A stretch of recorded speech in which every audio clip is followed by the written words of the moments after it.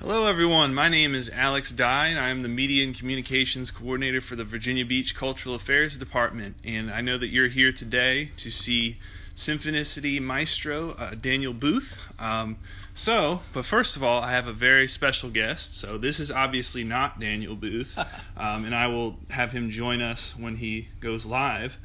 But this is my father, Cameron Dye, who is a tenor in Symphonicity and worked for the Virginia Beach Parks and Recreation Department. So he will be joining us for the questions. So I will be adding Maestro Boothe here right now.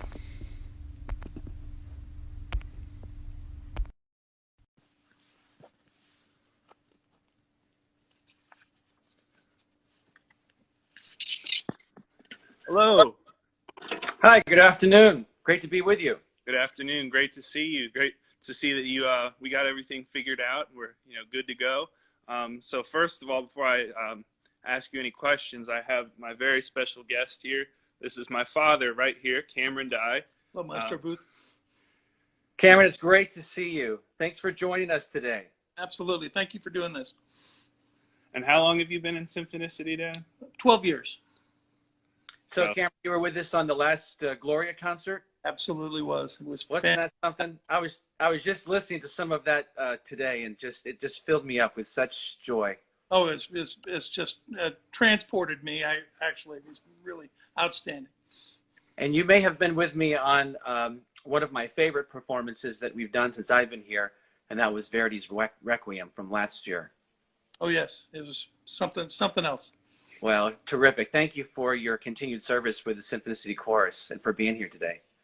Can't wait for next season. Yes, I know we're all excited to see. So, I've been involved with Symphonicity for years, of course, going to all of his concerts, but I look forward to, hearing about what's next. So, just going on really who you are. I mean, I've been reading your profiles out there, and, ranges from concerts in Qatar, 50 million people in 175 countries. It's just so much, spectacular experiences that you had to have had over the years. So, what has been one of the experiences that really stands out to you? You mean prior to coming here, or since? Yeah, prior to Symphonicity. Wow. Well, that's too many of those. I can't just say there's one. I mean, everything you mentioned, being in Qatar was a big deal. Playing for injured children, injured by roadside bombs in Afghanistan. I won't forget that. Playing for, performing for special ops personnel in a remote location in Afghanistan on a rooftop. That was something special. Playing for the National Christmas Tree lighting, being on stage with James Taylor and Garth Brooks, that was remarkable. And I mean, there's been places I've been where just meeting veterans, for example, with a tear in their eye, who are appreciative that we appreciate them. That's meant a lot. There was years ago, it was a high school that I taught at. We did a great show called the Percussion Odyssey 2001, and I'll always remember that as one of my favorite experiences because it was an opportunity to help youth achieve remarkable things in music. And I could go on. It's just been a life full of wonderful experiences. So with all of that you've been through, and all of those experiences, all of those people, everything, what led you to join, and want to be the person to lead, Symphonicity? Well, in a way, it kind of was all of those things, right? Because over the course of around 20 or so of my adult years, I moved 13 times.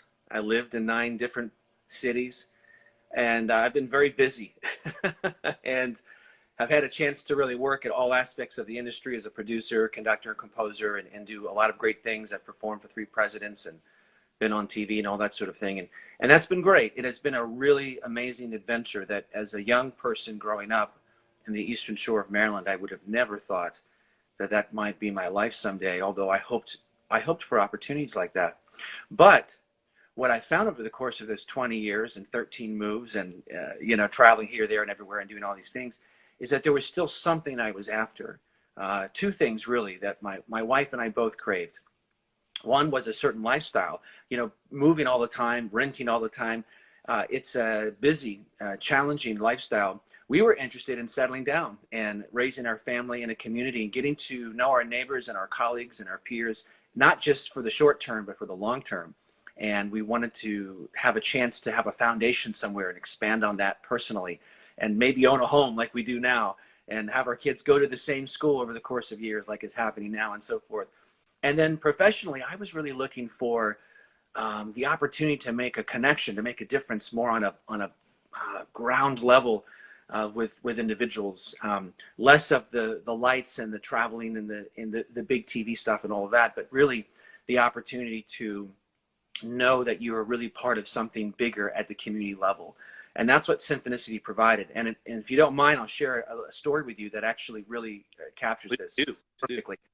So it had just been months since I had been on stage with President Obama and the First Family, and also up there with James Taylor, and I had tears in my eyes. I couldn't believe this is happening. Getting all these emails, people writing like, "Oh, it's great, you're living the dream," and how great it must be. And it was very cool, without a doubt. It was very cool to do that and many other things. But when I came to Symphonicity for my audition, at the concert that I gave, which was my audition concert. That was my next question right there. Oh, perfect. Well, as I was coming off stage after having given this one performance with the orchestra as my audition, the principal clarinetist of Symphonicity, Jo Marie Larkin, she came up to me. She's a bit shorter than I am, so she had to reach up real far with her hands, and she put them on both sides of my face, and she squeezed my face, and she had tears in her eyes, and she said, "You have no idea how much this meant to me and the other musicians, this performance we experienced. It was like this magic we had together." And her doing that, that was the kind of impact, the kind of relationship and difference making that I was seeking in my career. And I experienced it right at the audition. And incidentally, as we all know, I ended up being offered the position, and I came here. Just yesterday, Jo Marie brought over brownies and dinner for my family. She takes care of us. She's a loving person. And so are many of our Symphonicity musicians. That's what was here for my family and I here at Virginia Beach. And that's why we came here. It's just been amazing. And that's actually was my next question. It was going to be actually to you, both to you and my father, was really, what's the value of an organization like that to a community that's so close knit like that? Dad, what do you think about that?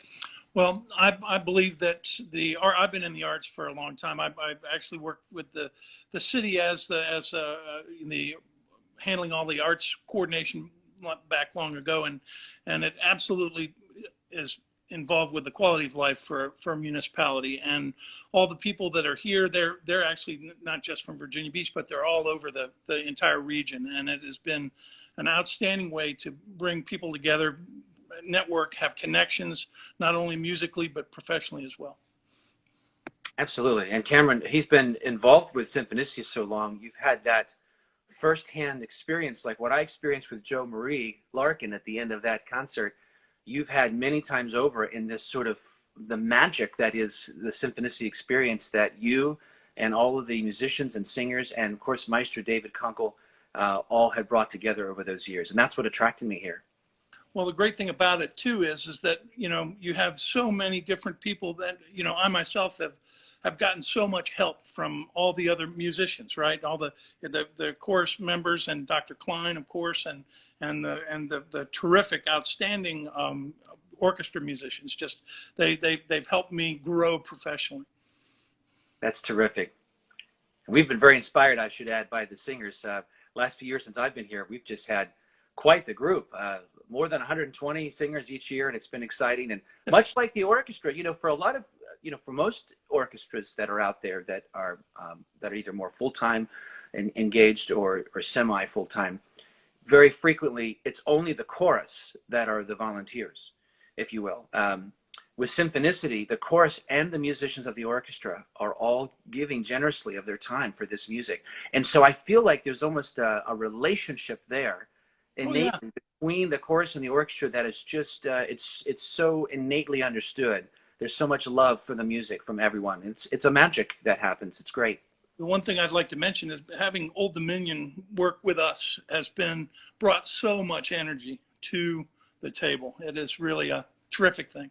It is. We're so excited that Dr. Nancy Klein, their department, or the School of the Music director there, is now our permanent chorus master for Symphonicity, and we've become great collaborators and colleagues.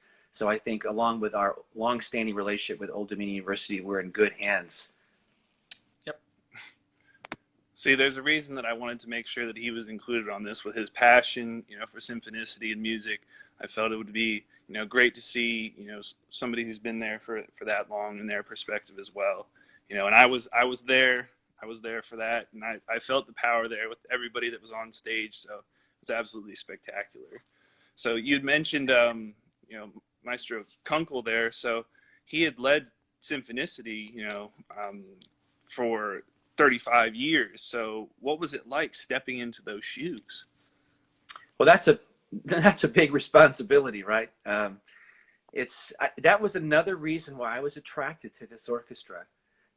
At the time that I decided to make this career shift, I looked around at what was open, and there were almost 40 jobs that were available for orchestra conductors at that time. Symphonicity was the only one I applied for. All of the others just did not meet the stringent criteria that I would have for making such a gamble of changing what was a really good career, good life, good everything. There were a lot of things I needed for it to make sense. And Symphonicity was so attractive. And one reason of that was because of Maestro David Kunkles. Seeing that he had been with the orchestra for 35 years, appreciating what that must mean. That means this is an organization with stability. This is an orchestra with loyalty, with a sense of foundation. All of that was tremendous. And of course, to step into those shoes is an immense responsibility. But I should point out that part of why I felt comfortable doing so is because it wasn't just Maestro David Kunkles and his wife Pat and their incredible dedication, but it was the musicians that make up Symphonicity and this community that has supported that orchestra. It was that combination that has given that legacy. And I knew that walking into that, I couldn't have a better situation for hopefully the 35 years to come. And see, really, a lot of my peers in this industry, quite a few of them, and it's very normal to do this, very common to just keep climbing the ladder, keep going from one position to another, looking for new opportunities, expanding on the career. It's part of what we do as conductors. But as I mentioned, after the 20 some odd years of doing all types of work like that over many years in different facets, not just conducting, I was interested in something very different. The idea that maybe I could earn the opportunity to be here for 35 or more years in one place with one orchestra to hopefully build on the great things that Maestro Kunkles and the orchestra have built together. That was like a dream. That was something that unlike anything that I've done. So his long-standing tenure here was a strong marker, I think, of the kind of experience that I was looking for and that I hoped that I would be able to build upon if I was so chosen to come here. And I think that's a strong indicator, too, of the strength of the arts and cultural community in Virginia Beach as a whole. So, who have been some of your biggest, supporters, shoulders to lean on, not just in Symphonicity, but across the city and the area's arts community? Wow, that's a great question, because I always love talking about that. Let me first point out just the musicians themselves. I don't have words to tell you how much I admire and love them. They are wonderful people, doctors, teachers, workers at the shipyard. They are, some of them are retired professionals. Many of them, as I mentioned, are educators, but they come from all walks of life, you name it, IT, database specialists, and here they are loving music, but also creating an environment of support for me. So they've been a big part of really what I felt has been exciting and helpful with Symphonicity. But we have a very supportive board. They have been terrific. Our staff is a very highly professional staff, wonderful staff. My executive director that I work with, we love Lynette Andrews. She is an amazing executive director for Symphonicity. We are also grateful to have her as our executive director.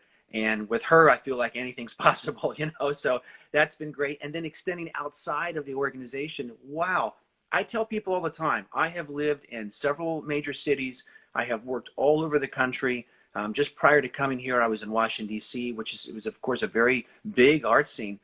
And I just don't feel I have ever experienced the kind of hands-on support that I have felt here from the City of Virginia Beach, the Arts and Humanities Commission that we work with routinely, and the Cultural Affairs Office, the kind of synergy that's here. It's not about just supporting, this group or that group or this group or that group. It's actually about building a community of the arts. And I love that perspective.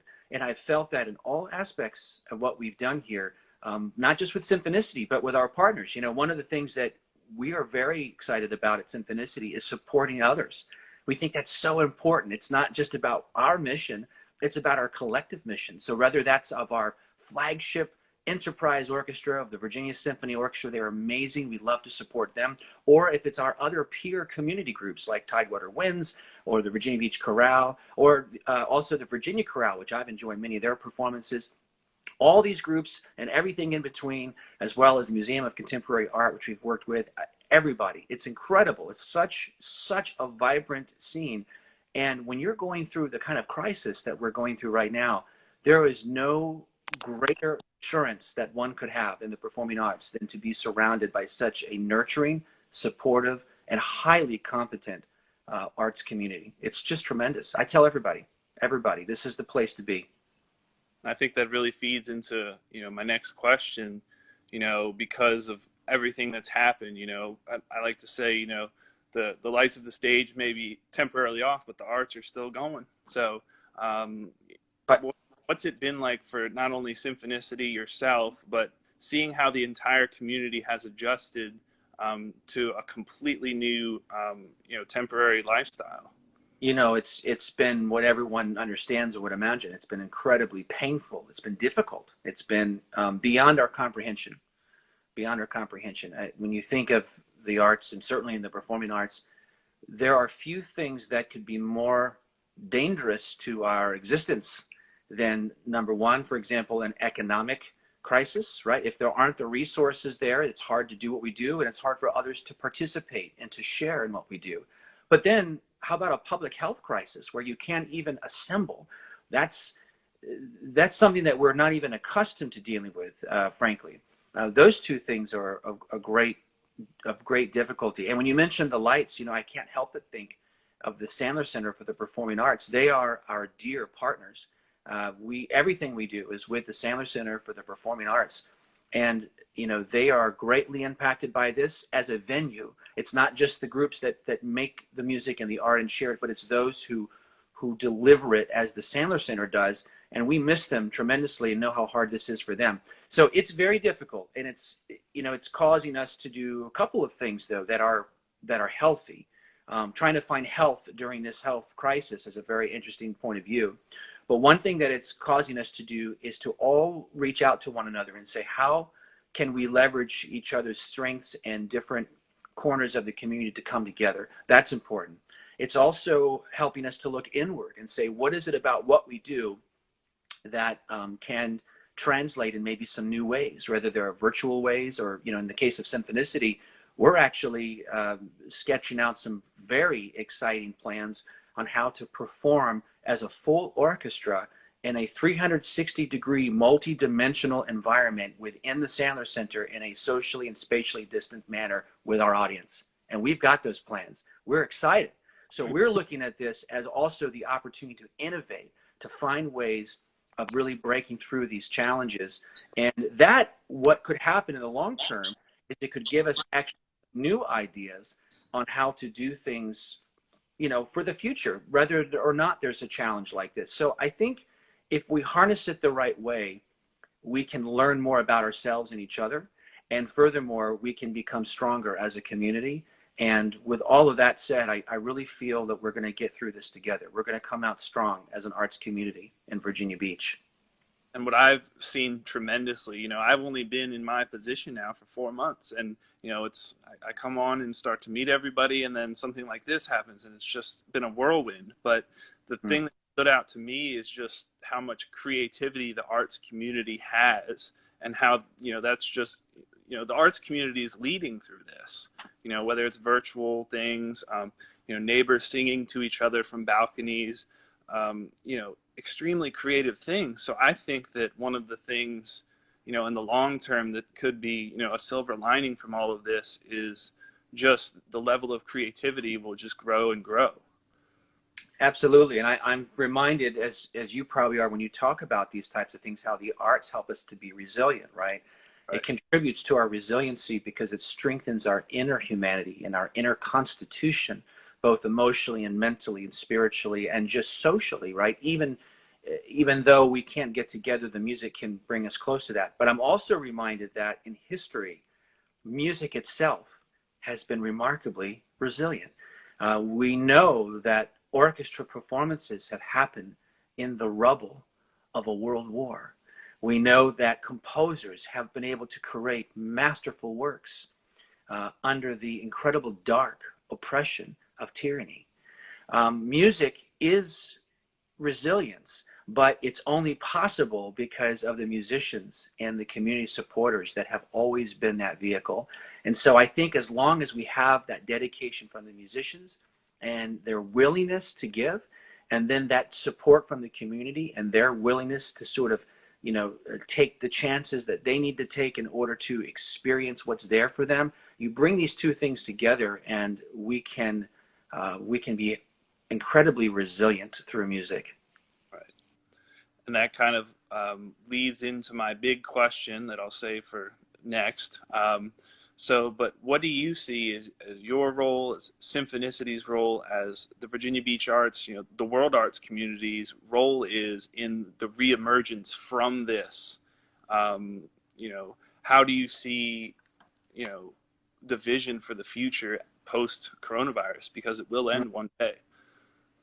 Well, I already alluded to some of that from a performance, technique perspective, different things we can look at. But I'll share something with you that I don't believe I've shared publicly. And I haven't had very many public conversations about this. What I'll share with you is, you asked my opinion really about this. And what I would say is this, that there are there's different lenses you could look through to deal with all of this. And one of them, the most conventional lens that most of us are looking through, is how to bring, in this case, the performing arts to people at a great time of need, even if it has to be virtual, etc. And then, of course, learning from that, even in the future, how we might use those tools and leverage them to make those connections. Okay, absolutely. But really, there's another focus that I have personally, and that I hope to apply even more attention to with my colleagues and peers. And that is less on actually delivering the performing arts to you, but rather creating experiences, art of any kind, in this case musical in its inclination, but creating these experiences that help remind us, help show us, illustrate to us the value of the arts in our life. And we must not, in my view, and I will say this as my own personal point of view, we mustn't assume that because we exist, we matter. That's actually not necessarily true. We have to be relevant to actually matter. We have to take our existence and make it relevant. So just to say that, I create things and you need to have that. Well, that's a difficult river to cross. I think what's important is to look at what others need, look at what they need, and then help show them how what we provide as artists and as musicians in this case, how it can help get us across that river. And I think if we can focus more on that, it will help us tune with even greater resonance our programming, our planning, our synergy, our innovation. It would help us a great deal because it will continue to put the emphasis on how we are fitting in the construct of the world and of society, rather than saying, hello world, come to where we are, because what we have is of course really great and you should just be where we are. And that's true, but we have to be willing to go that other direction. And I think this situation is forcing us to really examine that with a great deal of truth and honesty. And I think that's refreshing. Absolutely. What do you think about that, Dad? What do you think of Symphonicity and the arts community coming through this? Well, I think I find your perspective very refreshing there, Maestro Boothe. Absolutely, it's very easy to think, okay, we can do virtual performances, we can social distance and whatnot. But I think the idea of looking at it from the broader perspective like that is really refreshing and helpful. It certainly makes me think about a lot of things. I mean, my dad was we had classical music playing in my household all the time when I was young, and my love for classical music came along through him, and his love for the music wasn't just about the performance; it was about, you know, giving it to his kids, and that has been a big deal for me. So I really find your perspective to be refreshing. Well, that's encouraging. Thank you for sharing that. I think it's interesting how our exposure to music and early in our life can be such a significant contributor to how we understand it or have it in our life, which is why I think maybe you have me thinking how important it is that everything that you and I are talking about here, how important it is to share that with the young people as well in our lives and in our circle, and not just, turn on the CD or drop the needle on the record and say, well, here's great music, you should be listening to it. But it's really helping them understand how having it in your life is a great fulfilling need, that we need it, like we need our vegetables, but also the tasty Doritos we eat from time to time. There's a little bit of that in music for everyone. You can get a little bit of everything, but you have to be willing to seek it. And if you don't have exposure to that when you're young, how do you learn that? So that's a wonderful reminder. One thing that you said earlier is really strong with me, and you said that music is composed even under the darkness of tyranny, and I know what exactly you were referring to. And those stories of music in those situations, I bet could resonate with a lot of people, especially younger folks these days. You're right. It's again making it relevant, right? It's finding those ways of what do people need, or what are they going through, and how can we bridge that with the relevance of music and the arts. And it's so much of it is there because it is, after all, a reflection of life itself. And the more we can explore those connections together, I think the more we benefit, not only in how we consume and enjoy the arts and benefit, but also how we create it. We create with that mindset. It can also open the aperture to, I think, stronger bonds through our art. Absolutely. And yes, I grew up with that as well, of course, with him. Hearing Aaron Copland at 100 decibels, kind of helped. But what were some of your influences musically that you were hearing growing up?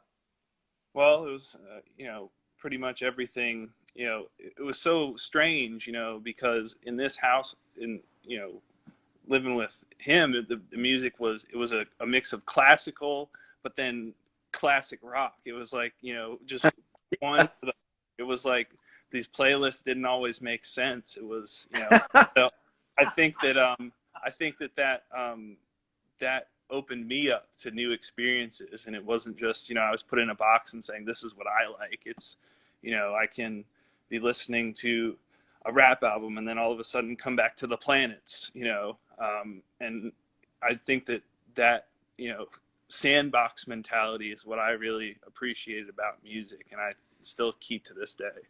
I love your description. It reminds me of my influences growing up, which went beyond my parents. My parents were listening to Kenny Rogers, Ronnie Millsap. My dad loved, oldies, I think from the 50s or something, like in the early 60s, like the Leader of the Pack with the motorcycle, vroom, vroom. He listened to all kinds of interesting things. But my brother, who's 5 years older than I am, is a trumpeter. And my brother really came to appreciate the performances of Wynton Marsalis. And why I mention that is because my brother David was oftentimes playing recordings of Wynton, who recorded a beautiful album with the Eastman Wind Ensemble, playing classical music. And then he'd throw on an album of, Hot House Flowers or something, of Wynton playing with his jazz group. I was getting this jazz classical influence all the time growing up. I think it had a really big influence on me because my life has been enormously eclectic, and there's very few, maybe I don't know of any other orchestral conductors who are as involved in the marching arts as I have been as an adjudicator and designer. But then I'm also a jazz drum set player, and I've produced, albums with that type of music, but I also, do commissions for orchestras, and I've just enjoyed a really eclectic life in music. But that's because I started out with that. That's what I was exposed to.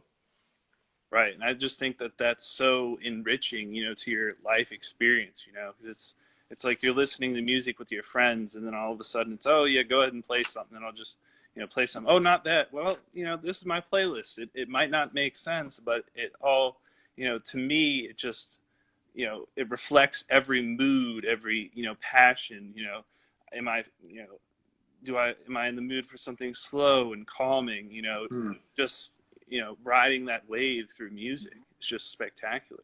Many of your listeners are viewing this now or later would maybe be surprised by this, but I'll just share a very personal insight about some of my musical tastes growing up that might be surprising.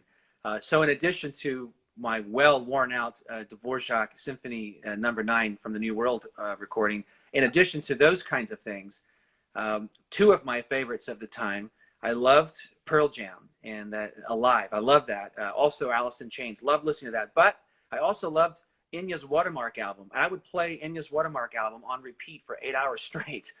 So we all have our things. And I loved Elton John's music from the 70s, and I still listen to that today. It's on my playlist. The band Yes, for example, is one of my favorites. It's all great music. Great music is great music no matter what.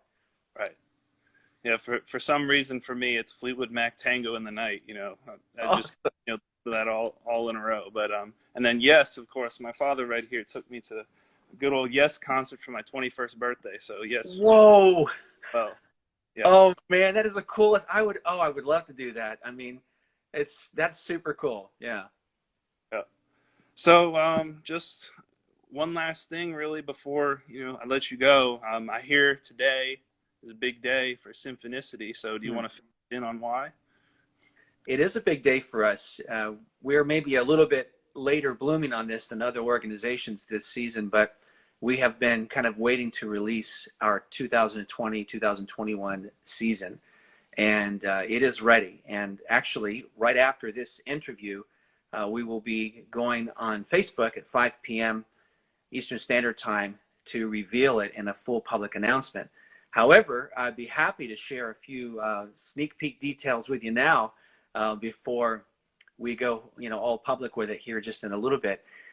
What I would say about this is that this season coming up is very significant.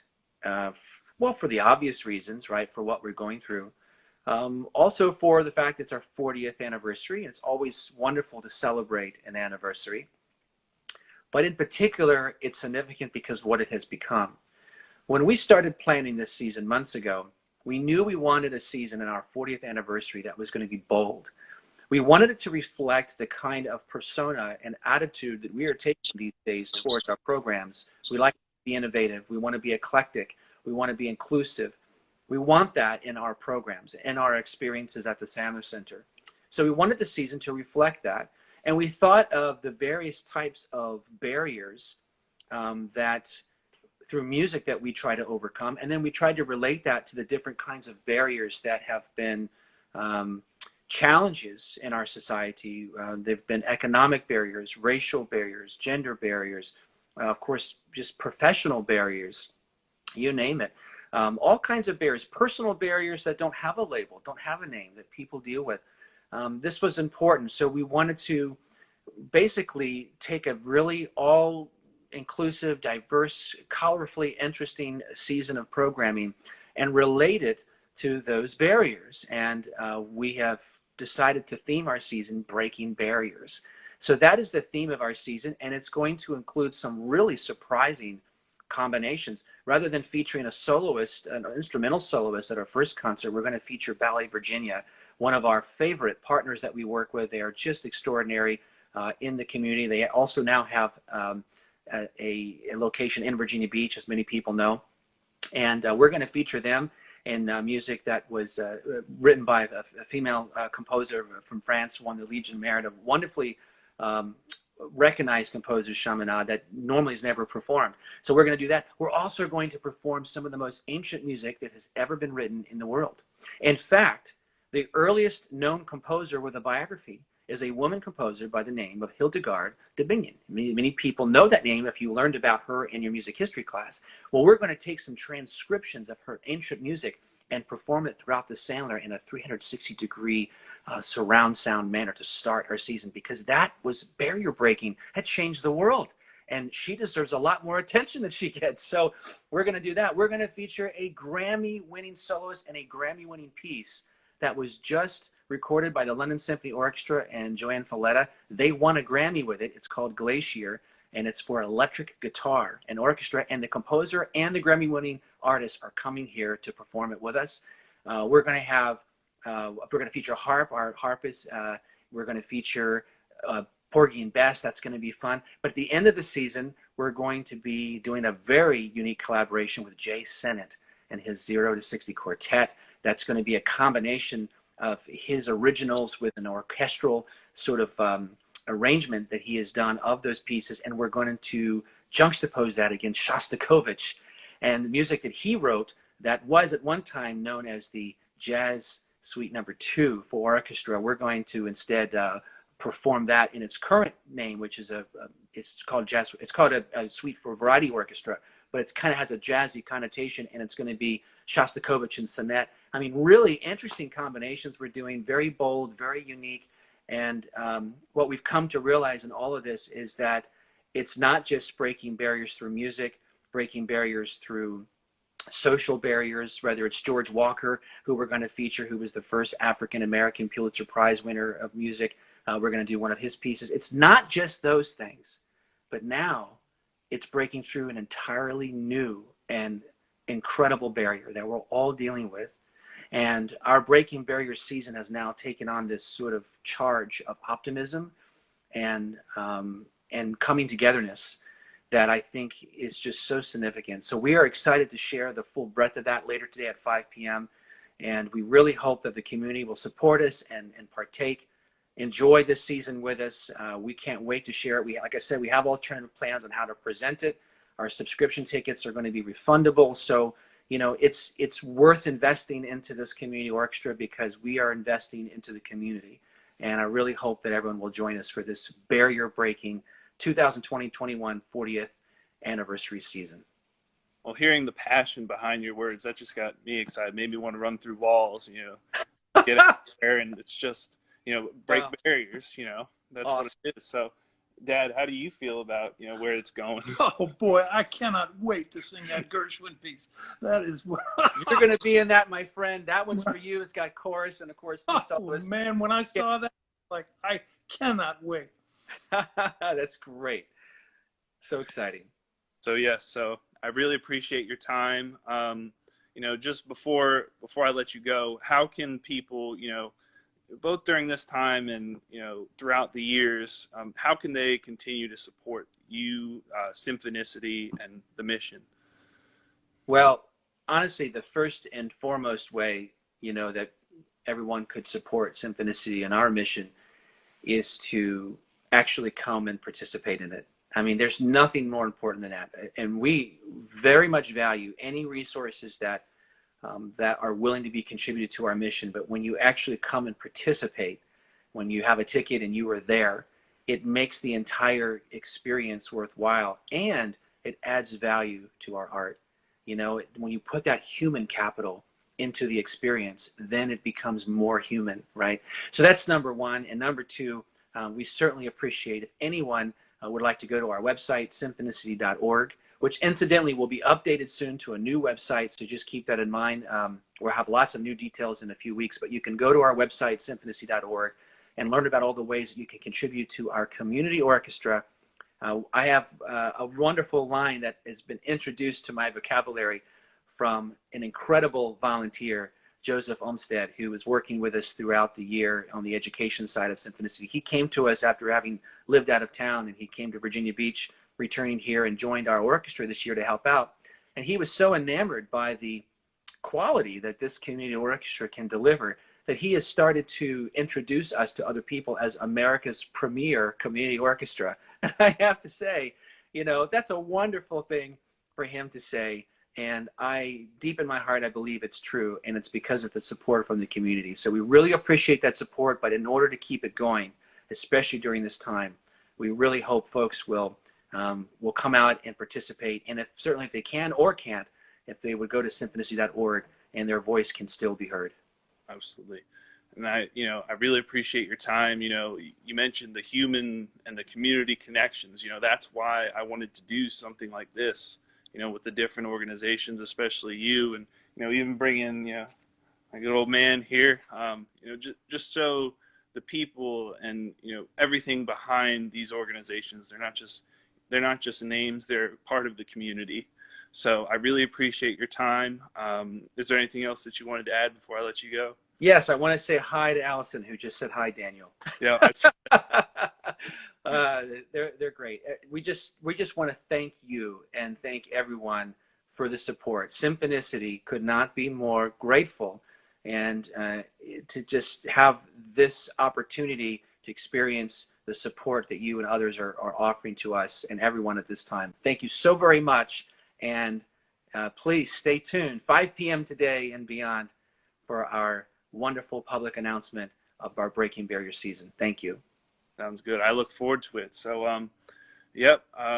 Well, I will let you go now. I'm Alex Dye again, the Media and Communications Coordinator for the Virginia Beach Cultural Affairs Department. So make sure you follow Symphonicity on all of their social media and us as well, and we'll share, their announcement as well.